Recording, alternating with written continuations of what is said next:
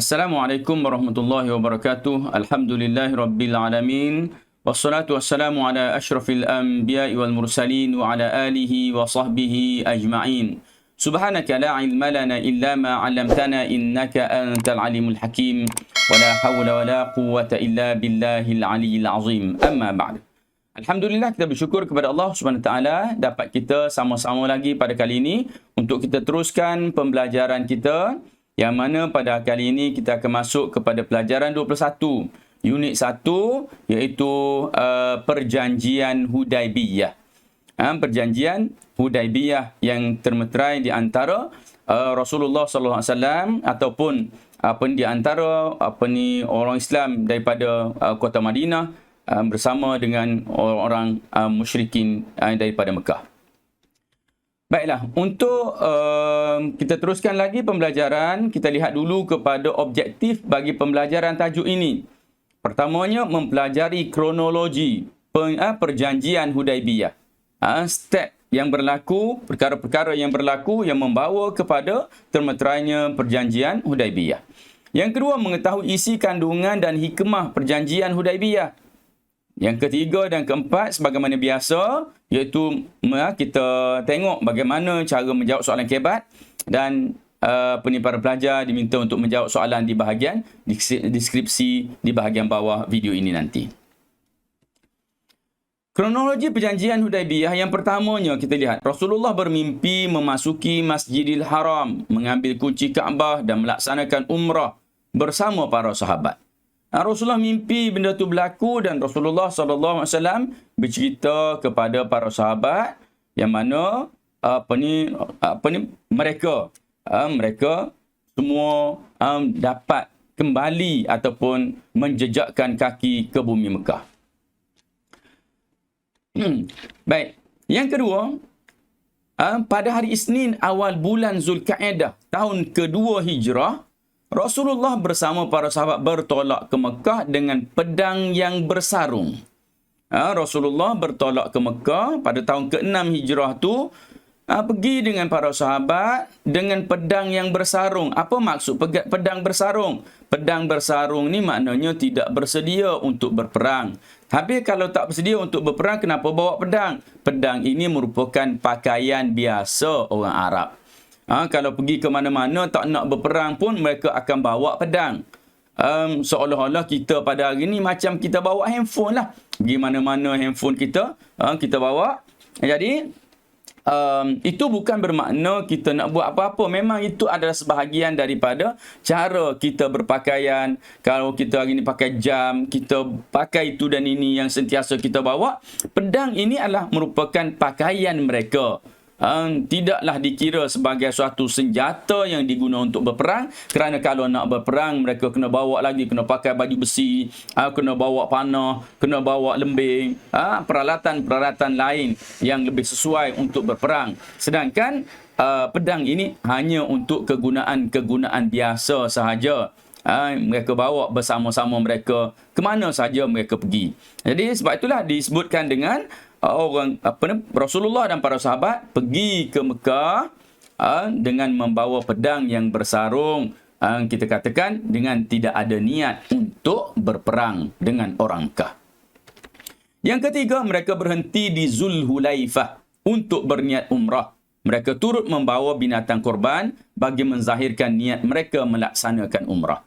Mereka pergi dan berhenti di Zulhulaifah. Zulhulaifah ni taklah jauh sangat daripada Madinah. Di situ mereka telah pun berniat untuk menunaikan umrah. Sini Ustaz nyatakan bahawa Zulhulaifah adalah salah satu daripada miqat. Nanti dalam tingkatan 4, pelajar-pelajar akan belajar apa itu miqat dalam ibadat haji. Ada miqat makani dan ada miqat zamani. Ini merupakan miqat dari sudut tempat yang dinamakan miqat makani. Di situ orang Islam yang nak menunaikan umrah, bila melalui tempat tersebut, maka mereka perlu berniat umrah dan memakai pakaian ihram di sana. Seterusnya, musyrikin Mekah mengetahui kedatangan mereka dan tidak membenarkan mereka masuk ke Mekah. Musyrikin Mekah dapat tahu bahawa Rasulullah dan para sahabat ni telah pun datang untuk menunaikan umrah ataupun telah pun datang dalam rombongan mereka ke Mekah. Belum tentu nak buat apa-apa lagi. Mereka tidak membenarkan Rasulullah SAW untuk masuk ke Mekah. Khalid Al-Walid bersama 200 tentera cuba menghalang Rasulullah daripada masuk ke Mekah di Qura'ul Ghanim. Qura'ul Ghanim. Namun Rasulullah melalui jalan yang lain. Rasulullah dapat tahu juga bahawa Khalid Al-Walid yang mana ketika itu belum lagi Islam, bersama dengan 200 tentera, pastinya lengkap bersenjata. Umat Islam ketika itu hanya membawa pedang sahaja. Maka Rasulullah mencari jalan yang lain. Melalui lorong-lorong atau jalan celah-celahan bukit yang lain, menyebabkan tidak bertembung dengan tentera yang dibawa oleh Khalid Al-Walid. Maka tidaklah berlaku peperangan pada ketika itu. Yang keenam, Rasulullah berhenti di Hudaibiyah dan dikunjungi Budail bin Warqa. Beliau menjadi perantaraan Rasulullah dan musyrikin Mekah. Bila mana sampai di Hudaibiyah, Hudaibiyah ni dah separuh jalan dah. Dah separuh jalan dah nak masuk ke Mekah. Kira macam dah, kalau kira daripada Madinah ke Mekah, Hudaibiyah ni dah hampir dekat dengan Mekah. Sampai di situ maka Rasulullah dikunjungi oleh Budail bin Warqa. Tujuannya adalah untuk berunding. Untuk berunding dengan Rasulullah SAW, untuk berunding dengan rombongan muslimin pada ketika itu, nak tahu juga kemungkinan apakah hasrat kedatangan Rasulullah SAW ke bumi Mekah itu. Seterusnya, musyrikin Mekah mengutus Hulais bin Alqamah diikuti Urwah bin Mas'ud menemui Rasulullah bagi memastikan niat sebenar rombongan itu. Tadi Budail belum lagi dapat tahu apa berita sebenar. Maka tak puas hati dengan itu, mereka mengutuskan pula Hulais bin Alqamah, dan diikuti Urwah bin Mas'ud menemui Rasulullah. Nak pasti niat sebenar, apa tujuan sebenar Rasulullah dan para sahabat nak masuk ke Mekah itu. Kemudian Rasulullah mengutuskan Uthman bin Affan menemui musyrikin Mekah untuk menerangkan tujuan mereka. Namun ditahan beberapa ketika sehingga tersebar berita kematian Sayyidina Uthman. Rasulullah pula mengutuskan Uthman bin Affan untuk sampaikan berita itu sendiri kepada ahli Mekah. Tapi oleh kerana bila sampai di sana, Uthman bin Affan ini merupakan orang yang sangat dikasihi, orang yang sangat disayangi, orang yang berharta, orang yang mempunyai penuh dengan sifat-sifat kebaikan. Maka bila sampai di bumi Mekah, Uthman ni seolah-olah orang yang sangat dirindui oleh saudara mara mereka di Mekah. Yang dia orang ni pegang, orang tu ni, menyebabkan Sayyidina Uthman ini tak boleh nak balik dengan segera. Bukan ditahan, maksudnya dipenjara, tidak. Bila mana Sayyidina Uthman ini dah beberapa hari berada di bumi Mekah itu, kerana tertahan dengan saudara maranya, maka tersebarlah berita bahawa Rasulullah bahawa Sayyidina Uthman telah pun telah pun meninggal dunia ataupun telah pun dibunuh oleh musyrikin Quraisy pada ketika itu. Yang kesembilan, Rasulullah dan para sahabat membuat bai'ah setia bersama dengan Rasulullah dan tidak meninggalkan baginda. Makna bila dah dengar cerita Sayyidina Uthman telah dibunuh, para sahabat pun membuat janji setia. Apa nak jadi-jadilah. Ya Rasulullah, kami tetap bersamamu. Kami tetap bersama Rasulullah SAW. Kalau nak berperang pun peranglah. Walaupun kami tak bawa senjata apa-apa pun tak ada masalah. Ini dia panggil janji setia. Dia janji setia para sahabat bersama dengan Rasulullah SAW yang dipanggil dengan bai'atur ridwan. Berita ini, janji setia ini, keazaman para sahabat ini, setelah mendengar berita soal Sayyidina Uthman telah pun meninggal dunia ini, padahal Sayyidina Uthman balik selepas itu, tak ada masalah. Sihat walafiat pun, tak ada apa-apa yang berlaku pada Sayyidina Uthman. Maka ini menggerunkan orang-orang Quraisy. Maka dengan itu mereka pun bila tahu tentang Bai'atul Ridwan ini, mereka menghantar Suhail bin Amru untuk berbai'ah, untuk membuat perjanjian dengan Rasulullah sallallahu alaihi wasallam. Mereka pun tak nak berperang ketika itu, maka dengan itu termaterailah perjanjian Hudaibiyah. Itu dari sudut kronologi apa yang berlaku terhadap Rasulullah sallallahu alaihi wasallam dan para sahabat apabila mereka cuba untuk menunaikan umrah pada tahun ke-6 Hijrah itu. Kita lihat isi kandungannya. Rasulullah dan para sahabat tidak boleh memasuki Mekah pada tahun itu. Tahun 6 Hijrah tu tak boleh masuk Mekah, tak boleh buat umrah. Ini menyebabkan para sahabat rasa kecewa. Apabila Rasulullah sallallahu alaihi wasallam memerintahkan mereka, memberitahu mereka bahawa tahun ni tak jadi buat umrah, mereka rasa kecewa kerana mereka dah berkobar-kobar semangat mereka nak menunaikan umrah, berkobar-kobar mereka ni nak masuk ke bumi Mekah. Betapa rindunya hati mereka dengan bumi Mekah, kerana di situlah tempat tumpah darah mereka. Dah pun 6 tahun mereka meninggalkan Mekah. Mereka meninggalkan sanak saudara mereka, mereka meninggalkan kampung halaman mereka. Maka kerinduan mereka begitu tinggi terhadap bumi Mekah ini. Bila mana diberitahu oleh Rasulullah pada tahun itu tak boleh menunaikan umrah, mereka diam dan mereka seolah-olah tidak mengikut apa yang diperintahkan oleh Rasulullah pada peringkat awal, sehingga Rasulullah pada ketika itu agak buntu. Dan setelah beberapa perkara berlaku, tak ringkaskan cerita, maka Rasulullah tidak bercakap. Rasulullah mengambil binatang ternakan Rasulullah, iaitu mengambil seekor kambing atau seekor biri-biri, lalu Rasulullah menyembelih sebagai suatu bayaran dam. Sebagai satu bayaran dam, iaitu apabila kita telah pun berniat untuk menunaikan umrah, dah pakai pakaian ihram nak masuk ke Mekah, maka dan terhalang tak boleh nak buat umrah, maka dengan itu kena bayar dam. Rasulullah pun bayar dam lah. Rasulullah sembelih kibasnya ataupun biri-biri yang dibawanya itu untuk melepaskan diri daripada ikatan ihram. Harap pelajar dapat faham. Bila mana pakai pakaian ihram, dah berniat ihram, ada larangan-larangan yang tak boleh nak buat.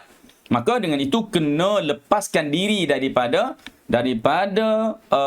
larangan ihram itu.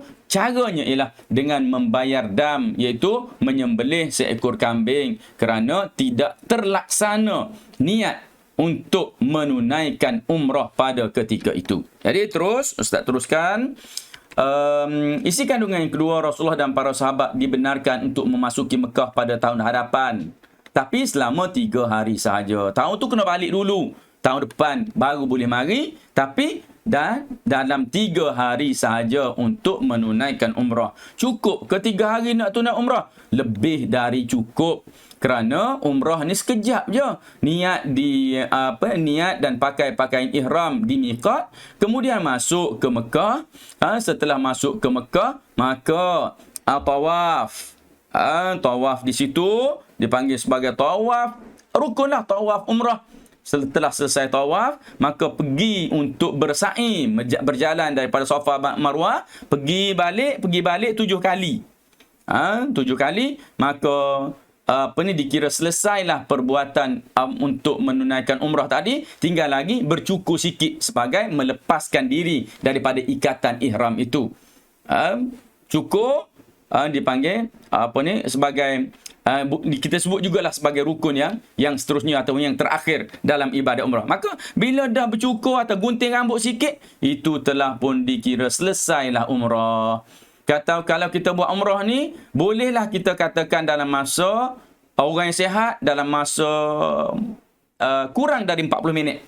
Kurang dari 40 minit telah pun selesai menunaikan satu umrah. Jadi begitulah ringkasnya umrah. Jadi kalau masa diberi selama 3 hari, dah lebih dari cukup untuk mereka menunaikan ibadat umrah. Baik, yang ketiga, Rasulullah dan para sahabat tidak dibenarkan untuk membawa senjata kecuali pedang yang bersarung. Begitu juga. Dibawa pedang yang bersarung boleh bawa, tapi pedang sahaja. Kenapa pedang ni? Macam Ustaz cerita tadi, pedang ni memanglah Pergi mana-mana pun, usahakan nak berjalan jauh. Jalan dekat pun, bawa pedang. Macam pakcik-pakcik kita, atuk-atuk kita di kampung. Tengok kalau dia berjalan pergi, nak pergi sawah ke, nak pergi mana-mana, dia ambil parang dia. Parang dia selit dekat pinggang dia. Atau dia ikat dekat pinggang dia. Dia pergi, nak pergi kedai kopi pun dia bawa. Kalau dulu-dulu, ini bukan senjata berperang. Ini merupakan alatan kerja sahaja. Jadi, tidaklah dihalang kepada para sahabat pada ketika itu untuk membawa pedang, tapi yang tersimpan di dalam sarung.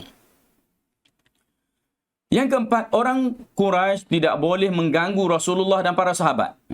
Bila pergi ke Mekah, mereka tak boleh ganggu, mereka tak boleh kacau, mereka tak boleh nak sentuh apa-apa dah. Sebab apa? Mereka dah terikat dengan perjanjian itu. Yang kelima, tiada peperangan selama 10 tahun. Ni kita panggil hari ni gencatan senjata selama 10 tahun. Okey.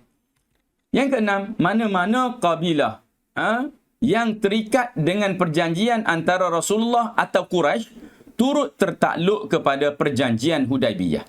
Mana-mana kabilah yang terikat dengan, ini ada perjanjian dengan Rasulullah, yang ini ada perjanjian dengan Quraisy. Semua orang ini, semua mereka ini terikat dengan perjanjian ini. Tertakluk dengan perjanjian ini. Yang ketujuh, orang Mekah yang lari ke Madinah perlu dikembalikan ke Mekah. Sebaliknya, siapa yang lari dari Madinah ke Mekah tidak perlu dikembalikan. Ini kita lihat, seolah-olah merupakan satu syarat yang berat sebelah. Senang ceritanya, orang Mekah yang masuk Islam pergi ke Madinah. Bila dia masuk Islam, dia tak disukai oleh keluarga-keluarga dia di Mekah, maka dia nak larilah, nak pergi kepada Rasulullah. Orang tu syaratnya kena dikembalikan ke Mekah. Sebaliknya, siapa yang lari dari Madinah, iaitu orang Madinah yang murtad, atau macam mana pun dia lari balik ke Mekah, tidak perlu dikembalikan. Rasulullah terima syarat ni. Walaupun nampak berat sebelah. Tetapi jika kita teliti, kekuatan akidah orang Islam pada ketika itu tidak memungkinkan mereka, untuk mereka bila dah masuk Islam, mereka nak murtad balik, nak kembali ke Mekah. Jadi, tidak perlu dibimbangkan. Sebabnya orang-orang Mekah yang lari ke Madinah, apabila mereka jadi Islam di Mekah, mereka tak nak duduk di Madinah, mereka tak nak duduk di Mekah, maka nak pergi ke Madinah. Tak boleh. Rasulullah kena kembalikan. Orang-orang ini rupanya, bila mana mereka masuk Islam, mereka nak pergi ke Madinah, Rasulullah tidak menerima mereka untuk berada di Madinah. Tetapi Rasulullah SAW memberi arahan kepada mereka untuk mereka duduk di luar kota Madinah. Mereka membina penempatan lain di luar kota Madinah. Lama-kelamaan penempatan ini menjadi semakin ramai. Bila menjadi semakin ramai, dia menjadi ancaman kepada orang Mekah. Menjadi ancaman kepada orang Mekah kerana mereka ini tidak terlibat dengan perjanjian. Mereka tidak terlibat dengan perjanjian Hudaibiyah kerana mereka adalah orang Mekah. Mereka tidak ada hubungan dengan Rasulullah sekalipun mereka telah masuk Islam. Maka orang ini mengancam orang-orang Mekah yang nak berniaga, nak keluar ke sana kemari. Maka akhirnya orang Mekah memberikan kebenaran. Ambillah orang yang keluar tadi, tak ada masalah. Dia telah pun dibenarkan. Maka ini memberi keuntungan juga kepada Rasulullah sallallahu alaihi wasallam dan orang Islam pada ketika itu. Kita lihat pula dari sudut hikmah dakwah. Musyrikin tidak lagi mengganggu usaha dakwah Rasulullah. Setelah ada perjanjian, maka orang musyrikin tidak lagi ganggu Rasulullah nak berdakwah, nak menyampaikan Islam pada siapa-siapa pun. Tak ada siapa yang boleh ganggu kerana dah ada perjanjian. Ramai orang Arab memeluk Islam secara terang-terangan. Orang Arab pada ketika itu dah pun berani untuk memeluk Islam secara terang-terangan kerana suasana yang aman, gencatan senjata yang berlaku selama 10 tahun. Kita lihat pula kepada politik. Musyrikin Mekah mengiktiraf kerajaan Islam Madinah dan Rasulullah sebagai pemimpin. Secara tak langsung, mereka telah mengiktiraf kerajaan Islam Madinah. Yang sebelum ini mereka tak iktiraf. Bila dah ada perjanjian, tak perlu mereka mengatakan bahawa kami mengiktiraf. Tetapi bila dah berjanji, seolah-olah mereka telah mengiktiraf Rasulullah sebagai pemimpin kerajaan Islam Madinah. Rasulullah SAW mula menghantar surat kepada surat kepada pemimpin dalam dan luar semenanjung tanah Arab dan mendapat jawapan daripada mereka. Dalam kesempatan yang ada itu, Rasulullah hantar surat kepada pemimpin dalam semenanjung tanah Arab ataupun di luar tanah Arab. So, hantar surat tadi sebagai usaha dakwah, ajak mereka kepada Islam sampai kepada negara-negara luar tu, sampai kepada Eropah pun. Rasulullah hantar surat. Sampai kepada, untuk pengetahuan pelajar sekalian, Rasulullah pernah hantar surat kepada seorang raja yang bernama Herakl. Herakl ini terjemah bahasa Melayu atau dalam panggilan yang lain, dia panggil Hercules. Hercules ni seorang raja. Dia hantar surat mengajak Hercules untuk menerima ataupun untuk masuk Islam. Okey. Selanjutnya kita kena cerita pada masa yang lain. Okey. Hikmah ketenteraan dia pula ialah kekuatan tentera Islam bertambah dari 3,000 orang kepada 10,000 orang hanya dalam tempoh 2 tahun selepas perjanjian Hudaibiyah. 10,000 orang meningkat. Kenapa? Ramainya orang yang memeluk Islam kerana tidak ada ancaman daripada orang Mekah. Bila dah tak ada ancaman, mereka pun berani untuk masuk. Kerana ada di kalangan manusia yang memang jenis tak berani. Jenisnya takut nanti diancam, dia apa. Maka mereka menyimpan hasrat mereka untuk memeluk Islam. Dengan itu, bila mana suasana aman, mereka pun memeluk Islam dan umat Islam bertambah dengan cepat sehingga tentera Islam pun bertambah daripada 3,000 orang kepada 10,000 orang hanya dalam masa 2 tahun sahaja selepas perjanjian Hudaibiyah. Kita lihat pula soalan kebat. Perjanjian Hudaibiyah banyak memberi faedah kepada kerajaan Islam Madinah yang dipimpin oleh Rasulullah. Huraikan iktibar yang anda dapat melalui peristiwa itu. Apa pengajaran atau apa iktibar daripada perjanjian Hudaibiyah? Itu soalannya. Jawapannya, pengajaran yang kita hendaklah membuat perancangan yang baik. Rasulullah merancang nak pergi macam mana, dan Rasulullah fikir nak buat perjanjian tu macam mana, dari sudut keuntungan dan ruginya macam mana. Maka ini sebahagian daripada perancangan. Jadi kita hendaklah membuat perancangan yang baik kerana ia akan menjamin tindakan yang tersusun. Kesannya kejayaan akan mudah dicapai. Kesimpulannya, kita hendaklah berusaha dan bertawakal agar berjaya di dunia dan juga di akhirat. Para pelajar, sila perhatikan pada kerana, kesannya, kesimpulannya kita hendaklah, dan sekali lagi Ustaz datangkan agar, dan jika kamu perhatikan, tidak ada jawapan kebat yang Ustaz berikan melainkan Ustaz gunakan perkataan ini. Ustaz cuba konsisten dengan perkataan ini supaya ia tidak memeningkan kamu. Bila mana kamu fikir nak buat satu jawapan kebat kepada soalan-soalan yang lain, maka telah ada rangka yang perlu untuk kamu ikuti secara susunan yang sebegini, dan ianya Ustaz rasakan akan dapat membantu kamu untuk menjawab soalan-soalan lain dengan cara yang baik. Jadi kita dah sampai kepada penghujung. Sila jawab soalan di bahagian deskripsi. Dah tengok video ni, tengok beberapa kali dulu, kemudian jawab soalan di bahagian deskripsi. Jika belum like, belum share, subscribe video ini, sila like, share dan subscribe. Dan Ustaz sudahi dengan aqulu qawli hadza wa astaghfirullahal azim li wa lakum. Wassalamualaikum warahmatullahi wabarakatuh.